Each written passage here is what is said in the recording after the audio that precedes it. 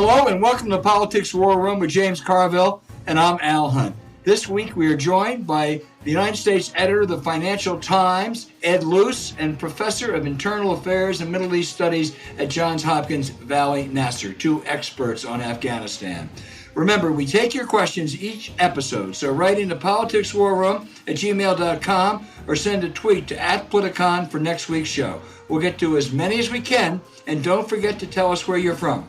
And also, please check out the links to this week's sponsors, Blinkist, Raycon, and Chili Sleep in the show notes. We thank you for supporting these sponsors. It really makes this podcast happen.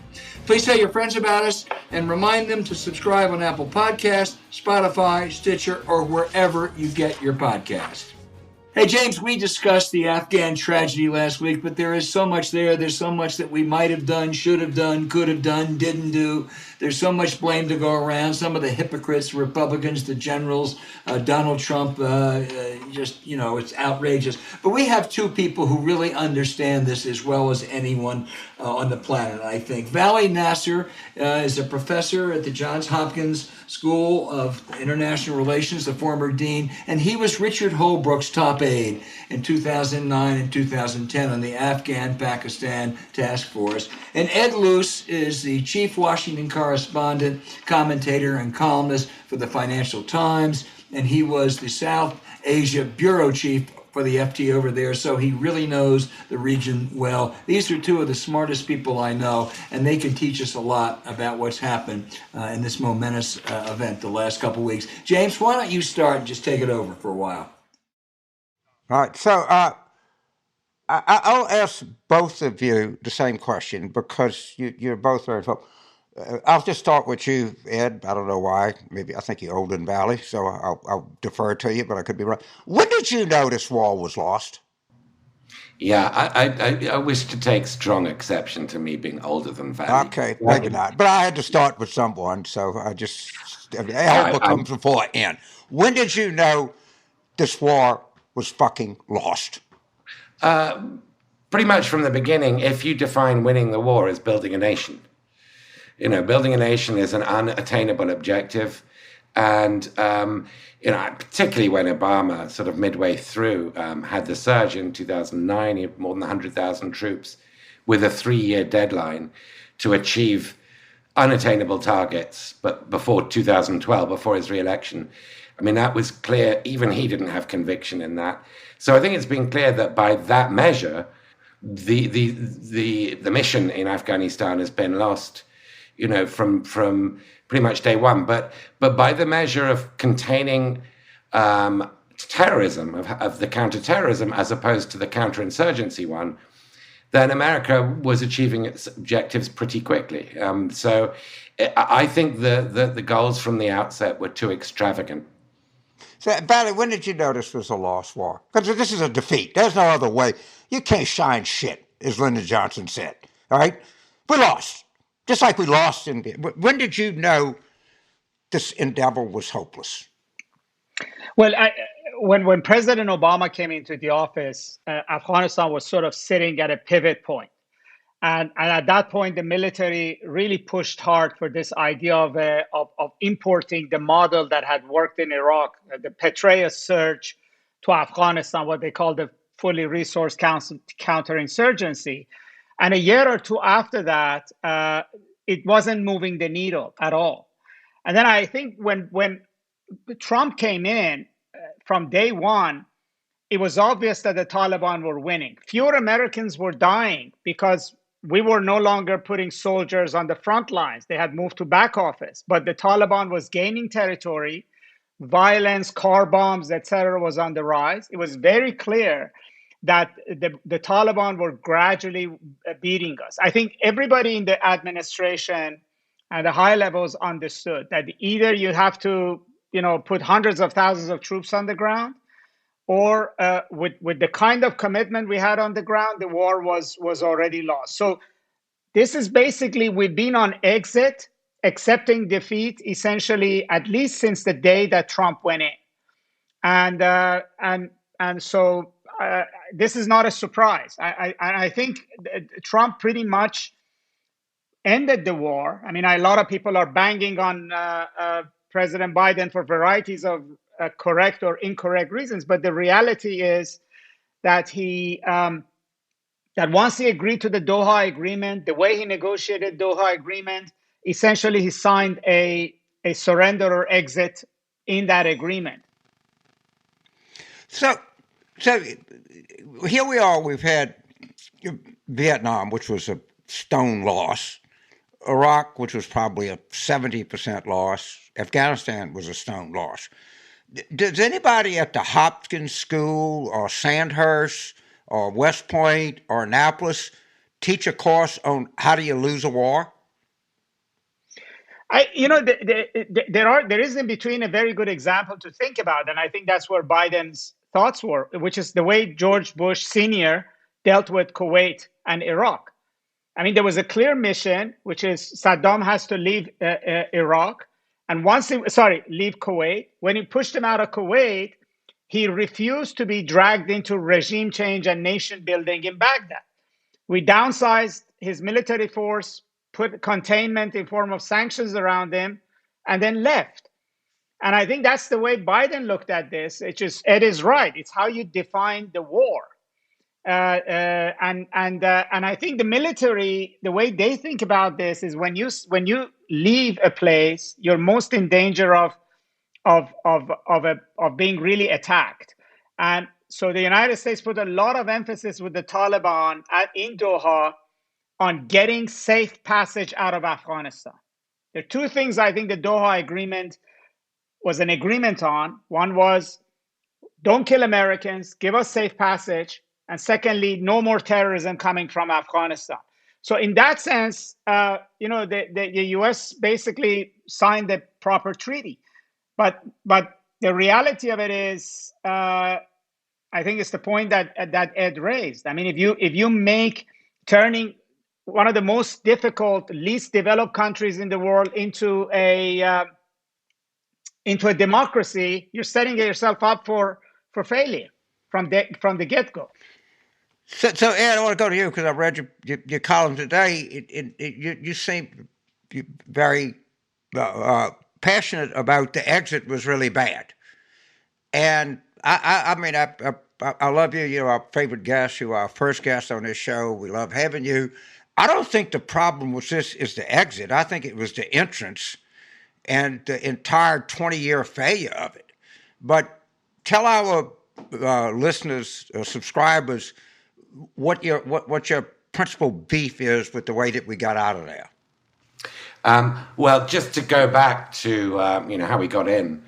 When I was in New Delhi as the South Asia bureau chief for the Financial Times on 9/11, and on 9/12 I was on the plane to Islamabad, and later that afternoon I went to see a guy called Hamid Gul, who was the former head of the ISI, Pakistan's intelligence agency, and known as the godfather of the Taliban. And he for 3 hours in his home in Rawalpindi, told me and my colleague that the attack on the Twin Towers was a Mossad plot. Every Jewish person working in the Twin Towers had failed to show up to work that day, and so on. So I got a pretty good tutorial in the Pakistani stake in what happens in Afghanistan and in Sunni sort of extremism everywhere. And for none of those 20 years, I mean, Valley worked for Holbrooke. You knew Holbrooke. As a journalist, I dealt with him a lot. He was very popular with journalists, by the way. He'd respond to your texts.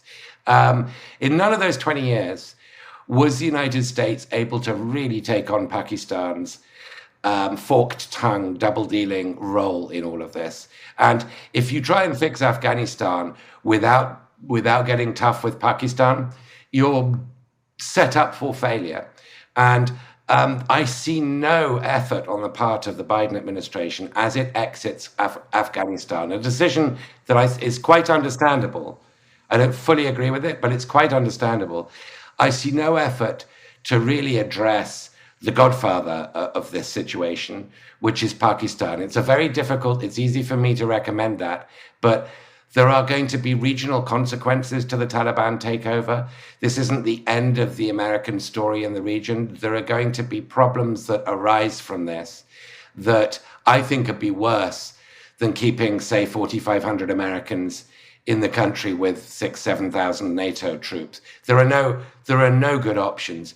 But I feel a little bit disconcerted by just how domestic and partisan and sort of ignoring of foreigners and of the region the debate is back here about this withdrawal.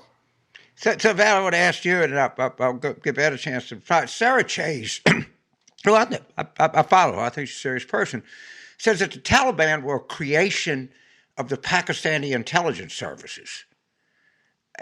How much were the fingers of the Pakistanis? There are a lot of fingers on this. How much were they involved in? And Ed, I'll give you a chance to respond to what Valley said.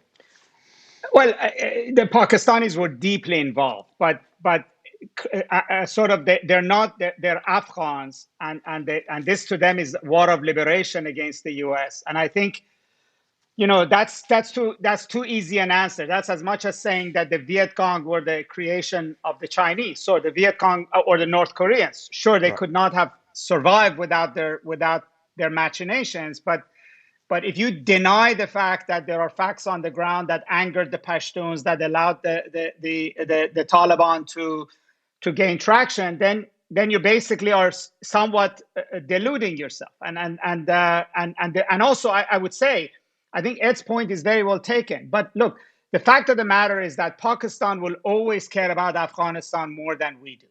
They're neighbors. The rest of they're going to live next door to Afghanistan for the rest of their history. 40% of Afghanistan is Pashtun. 20% of Pakistan is Pashtun. But that 20% is much larger in terms of numbers. The only country that's an existential threat to the territorial integrity of Pakistan is Afghanistan. Because if Pakistanis lose control of Afghanistan, they actually face a dismemberment. The Pakistanis talk about the idea of a Pashtun-Desh, as what happened with Bangladesh would happen over there. But I also thought that Ed raised a number of very important issues, which is very key. I mean, I would say, as people are criticizing Biden, it's important to note that the reason that I don't think there's an option to keep any American soldiers in Afghanistan at all, because President Trump had already signed that deal with the Taliban. The deal did not envision 2,500 American troops staying, and the Taliban had made it very clear that they would not accept, just like they're not going to accept extension to evacuation, they were not going to accept Americans staying or keeping background.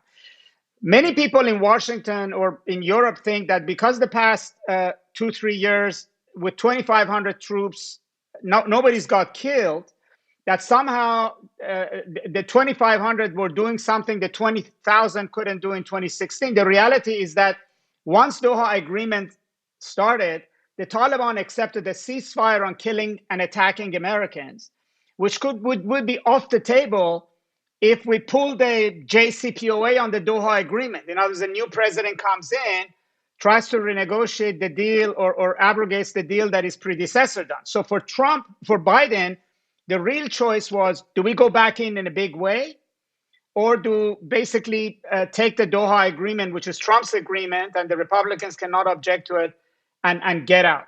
And on the important issues is, I would assume, and James, you know a lot better, that when the president says, okay, we're going to get out, the details of how you're going to get out is really not something that he's going to be micromanaging. It's up to the military. So the way the military pulled the plug on the Afghan army, taking away their air support, taking away, even software was taken away from them being able to communicate with their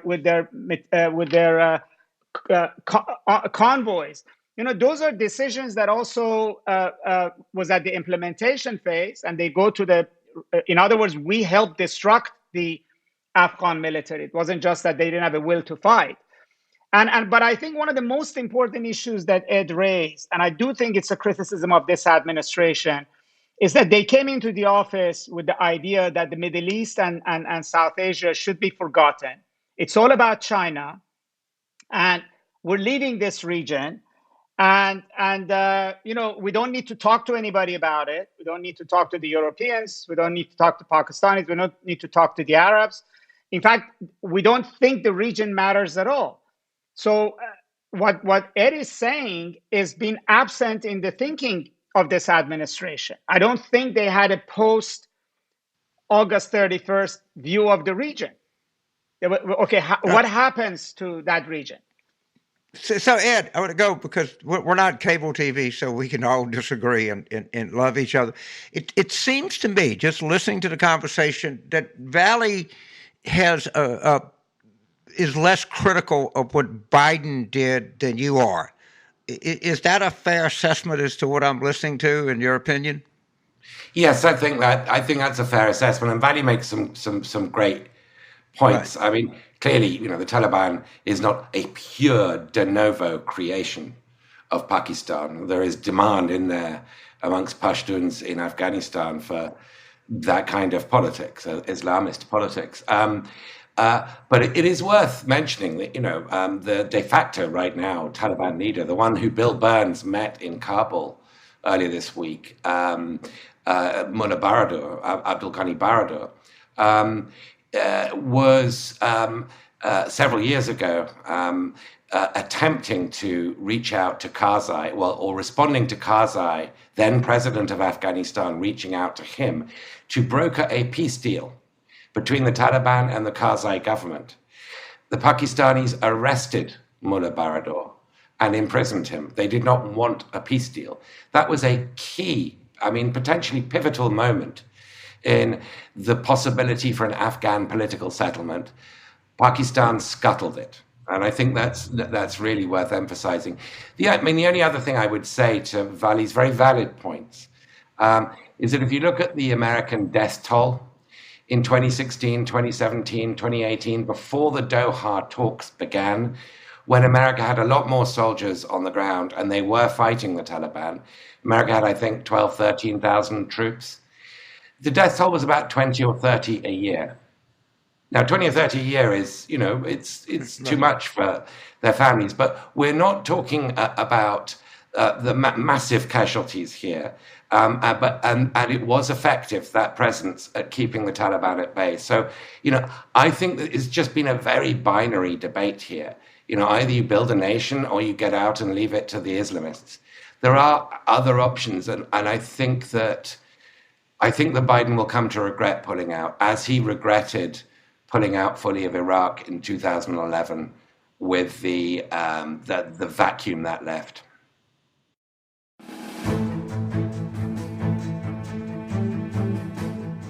Hey, turn your goals into reality this summer and take action to start learning what you need to get to the next level by joining us in using Blinkist. Blinkist takes top nonfiction books and gives you the key takeaways in text and audio explainers called Blinks that you can learn from in just 15 minutes. You can use Blinks to tackle procrastination, an affliction some of us have, get started on developing an idea or business, take your projects to the next level, or dive into history with titles like A Short History of Brexit and What Happened.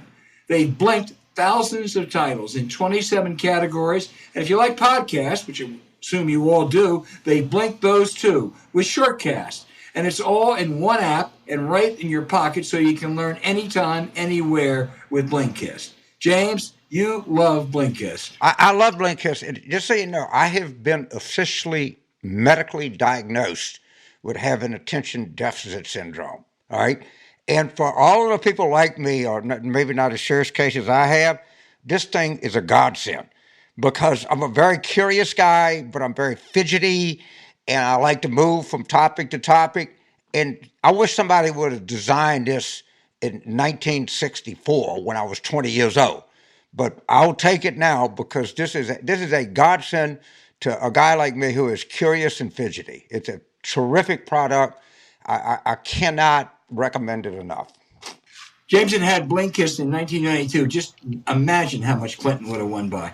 I'm telling you. It is. No, I would have been distracted because I'd have been reading about, the ancient Greeks, and I'd have moved on to something else, and I wouldn't have been focused because it was too attractive. So it was probably a godsend to me that I didn't have You would have ignored to Ohio. concentrate. Yeah. That is a godsend. Yeah. All right. Anyway, you used Blinkist in summer reading list from Blinkist, The Future of Capitalism by Paul Collieri, and A Promised Land by Barack Obama, among others. And right now, Blinkist has a special offer just for our audience. Go to Blinkist.com/warroom to start your free day 7 trial and get 25% off a Blinkist premium membership. That's Blinkist, spelled Blinkist. Blinkist.com/warroom. Get 25% off and a 7-day free trial. Blinkist.com/warroom, or look for the link in our show notes.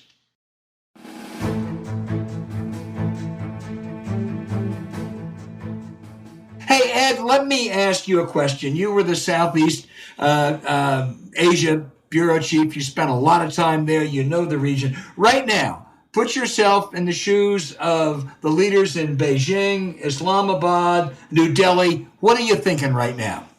Well, New Delhi, I'm going to be pretty pissed off because this is a big sort of strategic gain for Pakistan. And Pakistan, is the eternal rival to India. I'm also going to be looking at what the Chinese moves might be here. And I think one that we were discussing before the show, in fact, is that in exchange for keeping the Xinjiang, the Uyghur, Turkmenistan groups out of Afghanistan, the Chinese will invest in a Taliban-controlled Afghanistan. Now, whether that's actually possible given the instability is another question, but that would be a gain for China in terms of extending the Belt and Road Initiative. India is part of maybe the most important part of the Quad, which is the counterbalance to China in the region, which we have renamed the Indo-Pacific because of India's importance. So, the Biden administration's rationale for saying we're pulling out of a forever war in order to focus on the Indo-Pacific is right there under question, because this is a gain for China and a blow to India, our sort of key counterbalance to China. So I'm worried, if I'm Indian, about the Biden administration's strategic grasp of this situation, and I sense opportunity if I'm Chinese. Valley, do you agree? No, I agree. I think the Iranians, Russians, Chinese, Uzbeks, they all concluded the Taliban were winning the minute the Doha agreement started, because of the way that agreement was structured. They didn't anticipate the collapse quite the same way, but they were, and that's why they already started their diplomacy with the Taliban before the collapse happened. Mullah Baradar was invited to Beijing, met with the Chinese foreign minister, which is quite a big deal to invite a non-governmental head of an Islamic organization to meet with the foreign minister. Delegations went to Iran, went to Russia, and I think all of them, the message to the Taliban was basically that these countries want the Taliban to behave like a government. They don't care about human rights. I mean, the Chinese, we don't know, they don't. The Iranians don't. What you do with your own population is nobody's business. But no terrorism, no drugs, no adventurism outside. And I think so that was the initial message. Now I think all of them are not worried about a Taliban government only. They're worried about no government. I mean, the Afghan economy is in a free fall. 75% of Afghan budget was money from the outside. The war economy that the United States and others put money into Afghanistan is gone. Already we're seeing food and cash shortages in Kabul. And what the Taliban earned in drug money does not support paying salaries and running a country of 34 million people. So it is quite likely that the Taliban will itself fracture along generations, among regions. Already there are disagreements within the Taliban about how to handle government, how to handle negotiations with Karzai. And then if you have a free-for-all, then I think the Iranians, Uzbeks are worried about refugees. They're worried about mayhem. And terrorism is most likely to be a greater danger if Afghanistan is a no man's land. So I think it's possible, aside from a Belt and Road initiative, that once we're gone, the Chinese may find a way to provide, functioning money to keep the Afghan economy going in exchange. And I think the Chinese sort of short-run demands are fairly simple: no terrorism, as Ed said, stability, and that these guys basically don't begin to become evangelists for Islamic activism across the region. So we'll see if they can handle it, if they can manage it.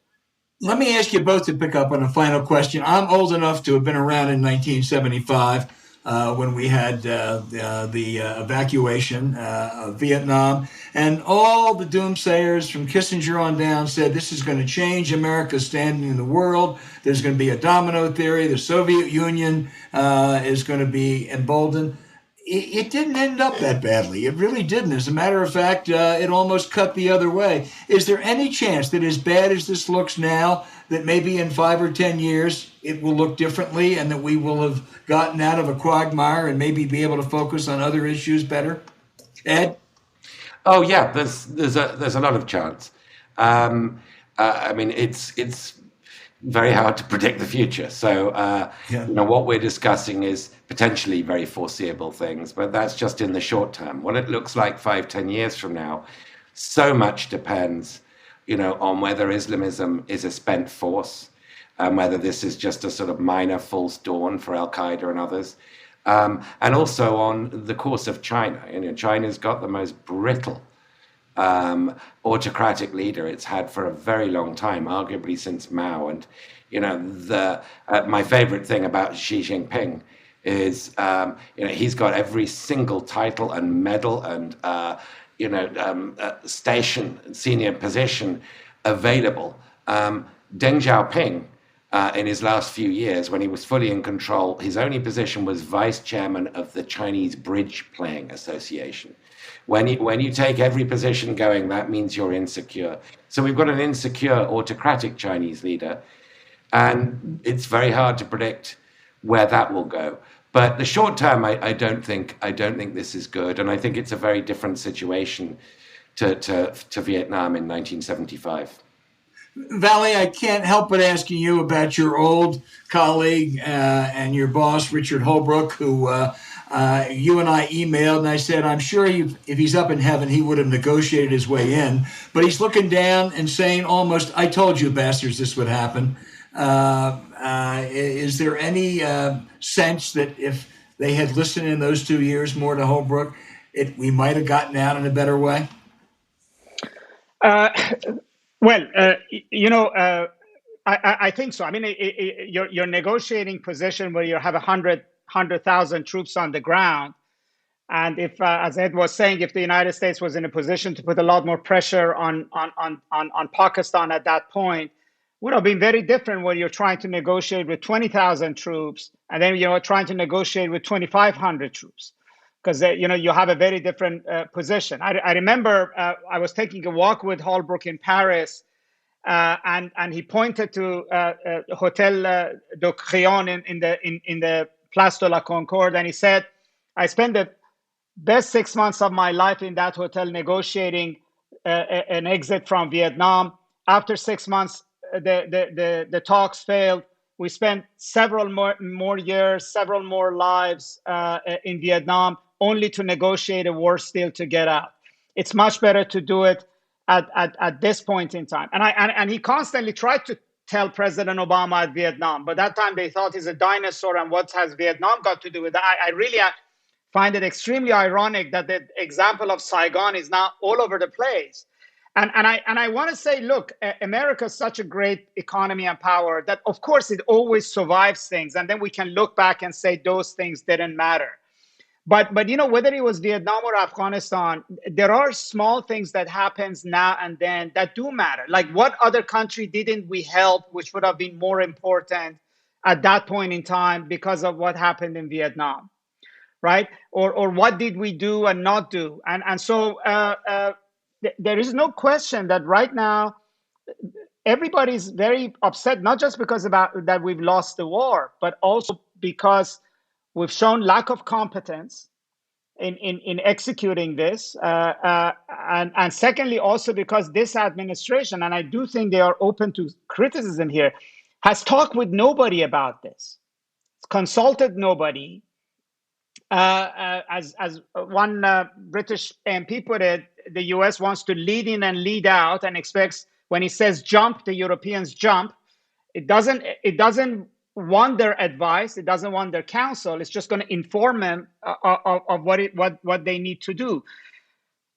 Countries around the world may not have an option, but in reality, they're not happy with it. And whether that will matter in the margins, I don't know. But it's not a shining moment for American leadership. And I think a lot of people are also worried about what will it do to 2022 and 2024.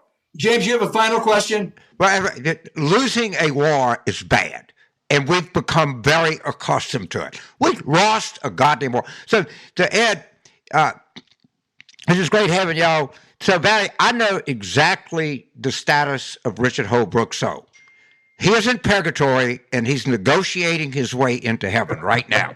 And he's going to get there, goddammit. Okay? I'm telling you, I'm not a theologian. I'm not the Archbishop of Canterbury. I'm not the Pope. I'm not the chief rabbi. I'm not the head of the head mullah, but I know what the fuck is going on with Holbrooke. I can tell you guys. James, God is going to find that it's easier to say yes to Holbrooke. I just hope he can negotiate. I'm just saying, Richard, just get my ass in there, okay? Hey, you guys have been terrific. You were two of the great experts on this. Ed Luce and Vali Nasser, thank you so much. Thanks for inviting us. Just remember, we lost a war. We lost a war. Never forget that. Never forget that. It was a humiliating defeat. Okay, thank you, guys.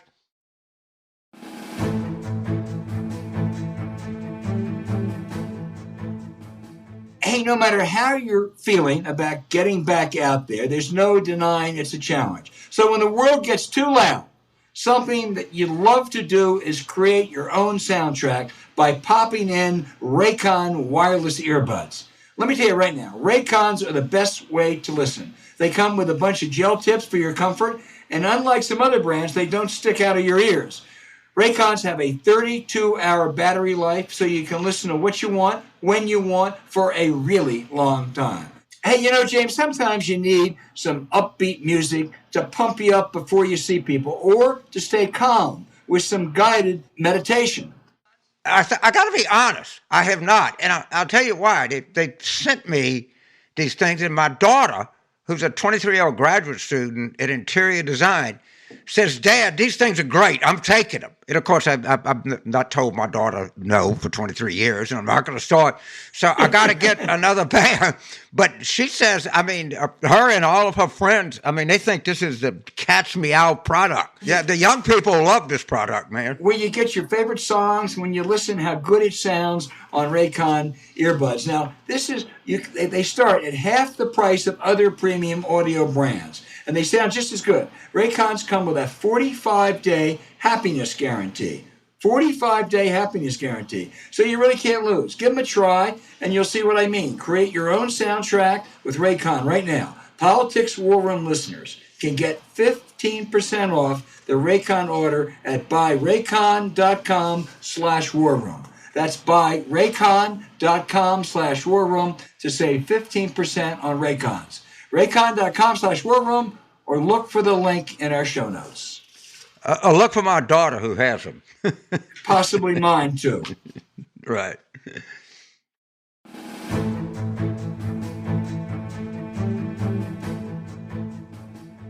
Hey, James, we've got, again, a round of really, really good listener questions. Ken in Vancouver Island, Canada, playing off of that wonderful show we had last week with Greg Simons on the Pacific War, says, I cannot help but think that some of the more impetuous Soviet generals tempered their zeal in the early years of the Cold War because of Harry Truman's clear demonstration of them that the U.S. policy was ultimately to take whatever measures they saw as necessary and effective, even nuclear weapons, regardless of any humanitarian concerns. Your thoughts, and do you think this was a conscious effort on the part of Truman? You know, it's a very good question, and maybe so. I wouldn't discount it. I mean, I'd like to talk to Craig and some other Yeah. historians, and you know, at Potsdam, and you know, the Russians knew that we had the bomb. I mean, Truman told Stalin, and he already knew. And of course, they got one shortly thereafter. But there was a lot of Soviet adventurism in that critical time from say May 1945. You know, and they obviously took over a lot of Eastern Europe, but they had some designs. And one of the stupidest things is Patton wanted to go keep on marching to Moscow. The Soviet army in 1945 would have beat our ass. Okay, to just what? I mean, that sounds an unpatriotic thing to say, but we could not have marched to Moscow in 1945. I mean, the Soviet army was a juggernaut, and we were, I don't know what, 3,500 miles away. So I think that's an intelligent question. I don't know the answer to it, but I suspect there's validity to Well, it. apart from what would have happened if we'd marched to Moscow, I think the one thing that it generated, Soviets, as you say, got their nuclear weapons soon. There was a doctrine, mutual assured destruction. People made a lot of fun of it, but you know what? It worked. There was a sense that after watching Hiroshima and Nagasaki, that no one wanted to do this again. I'm not sure Truman thought a lot about the post-war ramifications. He wanted to end the war in Japan. And I think in the end, it probably spared a lot of lives.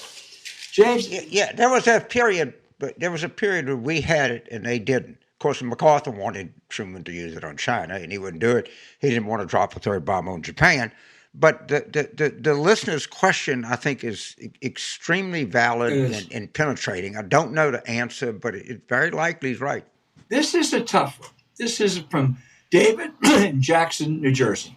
He said, I agree with your assessment that not getting vaccinated is wrong. He says, I am vaccinated. But James, he wants to know about your thinking that it is immoral and a sin, but not speaking out about killing babies in the womb.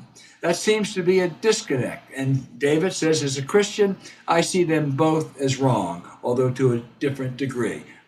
Give me your thinking on that, he asks. Well, look, there are a lot of people in my family that think exactly the same way that you do. And it's a complicated subject, but I would just say two wrongs don't make a right. All right. At the end of the day, I would describe myself as pro-choice, but I understand what you're saying. But I don't think the line runs straight. And the other thing is, when you're not vaccinated, you just don't put yourself at risk. You put everybody around you at risk, and you furthermore put somebody at risk who, you know, may have another medical condition that you can't get attention to. So I understand it. I don't agree with your position, but I respect it. I don't even respect I respect the position of pro-life people. I don't have a modicum of respect for the anti-vaccine people. None. Huge difference. There is I happen to be uncomfortably pro-choice. Uncomfortable because I think it should be avoided at all costs if possible. But you're right. There is a very compelling case on both sides. There is no case whatsoever for the anti-vaccine side, as we're learning in Florida, in Texas, and Missouri, and other places. I don't think it's permissible for people of faith to be permissible or encourage people of faith to have the vaccine. My position is, I think you're putting your soul in jeopardy by refusing a vaccine, and I believe that. I agree. James, we have a bunch of political questions here.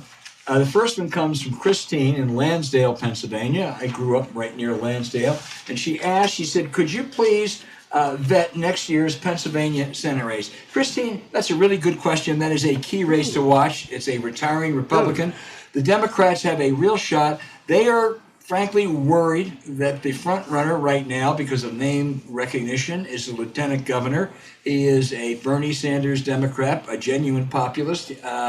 and they're worried about whether he could win a general election. There are two other potentially strong general candidates in it: Connor Lamb, a congressman from the Pittsburgh area, and a woman, I hope I'm pronouncing her name right, named Val Ashkush, who's a Montgomery County chairwoman. You know something? Those Philadelphia suburbs, those four suburbs, will produce more votes in the Democratic primary than Philadelphia. That's been the great growth in Democratic strength. So if she's a good candidate, she will be formidable. They should be able to beat any Republicans. The Republicans are so crazy, James, that the Republican legislature is now launching an Arizona-style audit of the elections. Biden won by 80,000 votes. It is a total farce, and they've gone all in for Trump. All right, so I want to make a prediction right now, and I'll get to this question. I think we'll win at least one of Ohio and Florida. I think the Republicans facing a daunting situation in Ohio. They're going completely nuts. All right, to Pennsylvania. So let me be clear up front. I generally don't get involved in primaries. Very rarely. I'll make an exception. I'm going to help Connor raise money.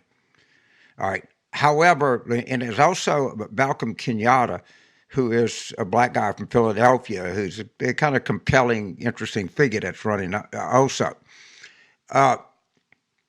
It's gonna be. I have no idea who's going to win this because you're right, Fetterman, and he's very skilled. He's a Bernie bro, and he's got a lot of things, but he's a guy who's skilled. The woman from Montgomery County she's a very serious, very accomplished person, and you're right, she comes from vote-rich Philadelphia suburbs. And the one woman, in the race. And the one woman in the race, yes. Yeah. So I would, of course, if Fetterman were a nominee, I'd be for him 100%. Or well, I would be for Malcolm if he were a nominee. But they have a tough time in Ohio navigating their primary. We're going to have a tough time in Pennsylvania navigating our primary. Yeah. But it's a good question, and it's very relevant. Very to the point. It's a very good question, and don't forget the Republicans will have a hard time navigating their primary in the Keystone State too. Very hard. So we'll see how it all comes out. Democrats in the press always obsess on democratic difficulties and pitfalls. Yeah, they're not without pitfalls here. That's for sure, James. We had there's enough to keep you up. Two more political questions to you. I'm going to combine them. One is Tyson in Reno, Nevada. He's recently started working for a Mandela Barnes campaign for the Senate in Wisconsin. His question is, what's your advice to people who are new and working with campaigns, especially young people? Any thoughts on Wisconsin? I'll combine that with Murphy in Knoxville, who said he's thinking about pursuing a career and wants to get involved in politics in deep red East Tennessee. What advice do you give a young person there? So it's a twofer for you, James. Well, let me take the East Tennessee question, because I really admire you. And, East Tennessee is an interesting part of the country. It was very pro-union during the Civil War. And it's become, I think it's really gone really hard, right? But I encourage you to stay involved. I love Tennessee. I've spent a lot of time there. But be prepared to have some disappointments, at least in the short or the immediate term. In terms of Wisconsin, that's one of these races that I think we should win. But Ron Johnson is in a sea of really bad people. He seems to stand out for some reason or other, and he's on everything that you can imagine. That primary is going to be very, very, very, very tough. No one is backing down. I hope we can get through it and get out of this as a unified party. But I can't imagine that anybody that's running in Wisconsin that I would not be enthusiastic about against Ron Johnson. My only advice to you is learn what a Democratic primary looks like in Wisconsin and have a plan for how you're going to win it. Because it's going to be very heavily influenced by what happens in was it Dane County, Madison, very heavily influenced by what happens in much more in Milwaukee in the general election. Hey, James, Chris in Brooklyn, New York, as we see and hear the GOP talking about the word communist, like a child who hears a swear word for the first time with no idea what it means other than it's naughty. Could we please pressure the press to confront children like Marjorie Taylor Greene with a very simple ask to define communism? You know, Marjorie Taylor Greene, Chris, doesn't even have a child's intellect, I think, when it comes to this. That's a pointless exercise. They also use the word socialism more often. They have no idea what socialism is. And to the extent that we have any socialism, it's Social Security, it's Medicare, and of course they support that. So yes, you're right. They demagogue those issues, but you ain't going to teach them anything. Yeah, it's not that hard. All right, socialism is an economic system. All right, they have a somewhat hybrid form of it. They have it, famously in Scandinavia. Communism is also, in addition to being a very extreme version of socialism, is also a political system that excludes certain people. It's the dictatorship of the proletariat, whoever gets in the fucking proletariat, I have no idea. And the truth of the matter is, it's never succeeded anywhere. And the idea that the Scandinavians are communists is ludicrous. They're some of the most aggressive capitalists in the world. But, it's hard to stop and explain that shit to people. Fortunately, we have a podcast where our audience understands the difference. So I'm not going to belabor this idiot. But I would just say this, that don't we know that Jewish laser beams cause forest fires? And it's not global warming. It's the Jews in outer space. One final one, James, and this is from Jason in Des Moines.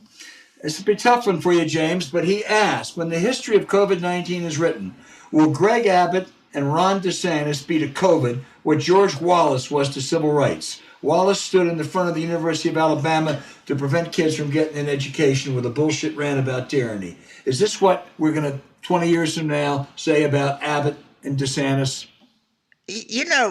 I look at those guys and I say, they got to be people. I mean, they have to have a conscience, all right? I don't know that they do. I'm beginning to doubt that. And, like, you're sitting there and you lay your head on your pillow and you're watching what's going on, more as of this moment, but it always changes, DeSantis. And the number of people that you, at the cardboard that you were willing to stack up, the lives you were willing to ruin, just blatantly for a political ploy that in the end, I don't think is going to work. I don't understand. I would love for someone to tell me how these two people live with themselves. I mean, I'll give Asa Hutchinson credit. I said, look, I just made a mistake. He's just more right-wing than is the next guy. I just don't, did these people even have a conscience? I mean, can they, talk to the people that are, trying, and not just the people that have COVID, but the people that have heart attacks, people in auto accidents, people that have, kidney stones, human suffering. How can they be so oblivious to this? And then stand up there like there's some kind of fucking arrogant know-it-all. It's unbelievable. It's just stunning to me. James, let me give you one, but you're right. You're absolutely right. One difference, I suspect. George Wallace later repented. He knew what he had done was outrageous. He felt guilty. He tried to make amends. It didn't wipe out what he had done, that's for sure. I would confidently predict that DeSantis and Abbott will never repent for all of the harm and deaths they have caused.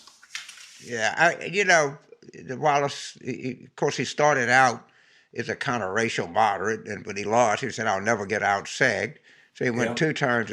But a lot of people, and I'm not defending segregation at all. I'm not defending anything. I take my life. I grew up in the Deep South during that time. A lot of people just thought that was the natural order of the world, right? It was completely wrong, totally wrong. But this is like insanity. It's just insane that you're just jeopardizing people's lives for what you believe is the advancement of your political future. And if you believe Poland, I don't know, everybody's skeptical about Polonism, but it's pretty overwhelming that people in Florida, this is not even a smart political move, in addition to being a utterly immoral, disastrous humanitarian move. I just don't understand it, man. I really don't. I agree.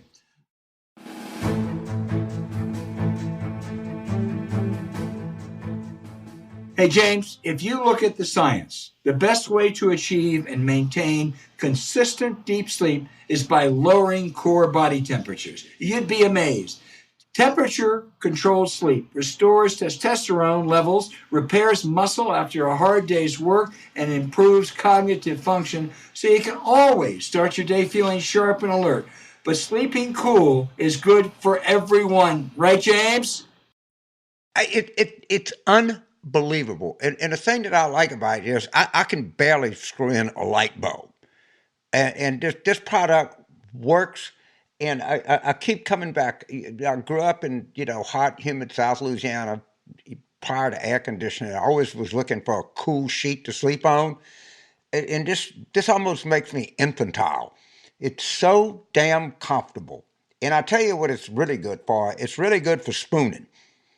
So if you like to sleep and you like to spoon, I highly recommend this. But I like both of them. And I'm telling you, this thing works.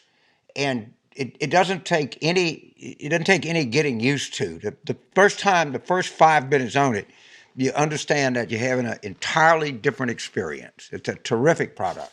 Well, Chili Sleep makes customized climate-controlled sleep solutions that help you improve your entire well-being. Chili Sleep makes the Uller and Cube sleep systems, hydro-powered, temperature-controlled mattress toppers that fit over your existing mattresses to provide for ideal sleep temperature, and as James says, spooning. These luxury mattresses pads keep your bed at the perfect temperature for deep sleep, whether you sleep hot or cold. These sleep systems are designed to help you fall asleep, stay asleep, and give you the confidence and energy to power through the day. Imagine waking up and not feeling tired. Chili Sleep can help make that happen. Then, for an extra layer of comfort, they also make the Chili Blanket, the only weighted blanket. They'll also be paired with a control unit for the ultimate sweat-free sleep. Head over to chilisleep.com/war room to learn more and check out a special offer available exclusively for Politics War Room listeners and only for a limited time. That's Chili, CHILI, sleep.com/war room to take advantage of our exclusive discount and wake up refreshed every day, or look for the link in our show notes.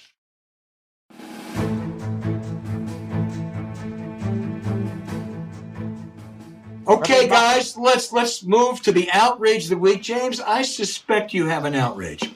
Yeah, I do. And I'm just going to try to be candid with our listeners. I was born in 1944. I was born in South Louisiana. I'm white. I don't have white guilt. I don't worrying about, I know there's such a thing as white privilege. I know it's so stupid as to deny that. But I always kind of wondered, if I would have been born black, I just wouldn't have had the same life I had. And I'm not doing that. I'm not wallowing in guilt. I'm just making a fact.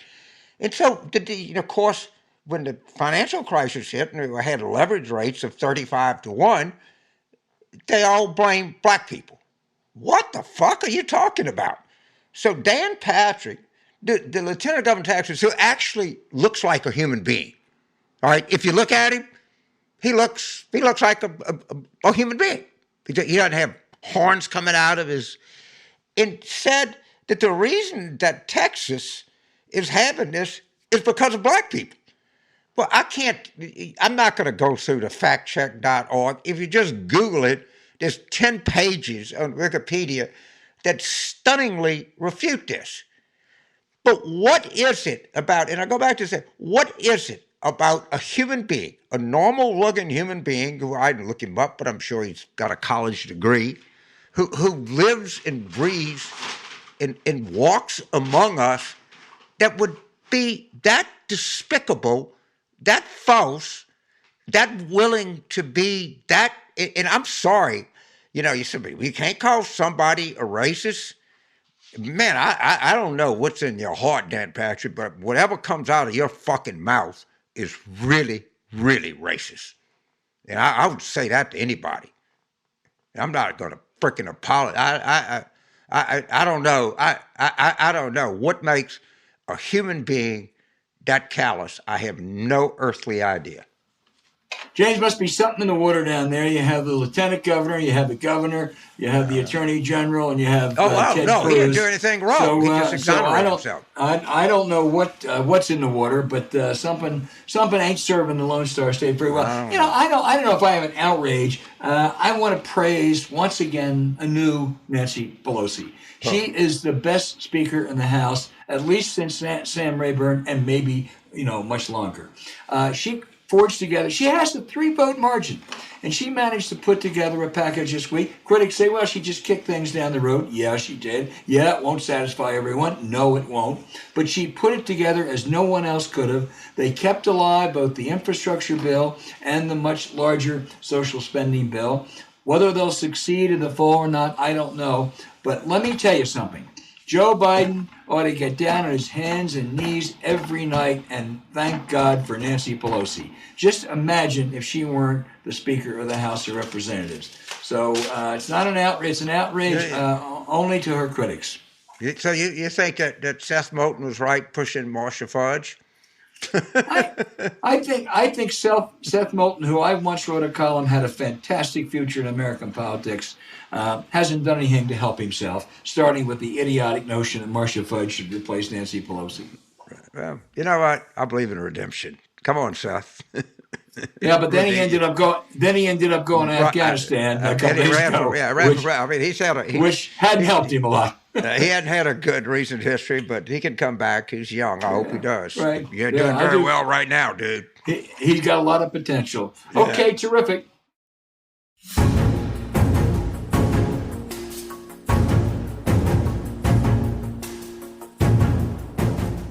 Hey, thanks for listening to Politics War Room with James Carville, and I'm Al Hunt. Don't forget to send your questions for us by email to politicswarroom@gmail.com or tweet them for next week's show @Politicon. Following this episode, we'd appreciate it if you'd check out the links to our sponsors, Blinkist, Raycon, and Chili Sleep. We thank you for supporting them. When you do, it helps make this podcast happen. To keep up with us, subscribe to Politics War Room on Apple Podcasts, Spotify, Stitcher, or wherever you listen. And please rate the show with a 5-star review. We'll be back next week with another show as we continue our War Room planning.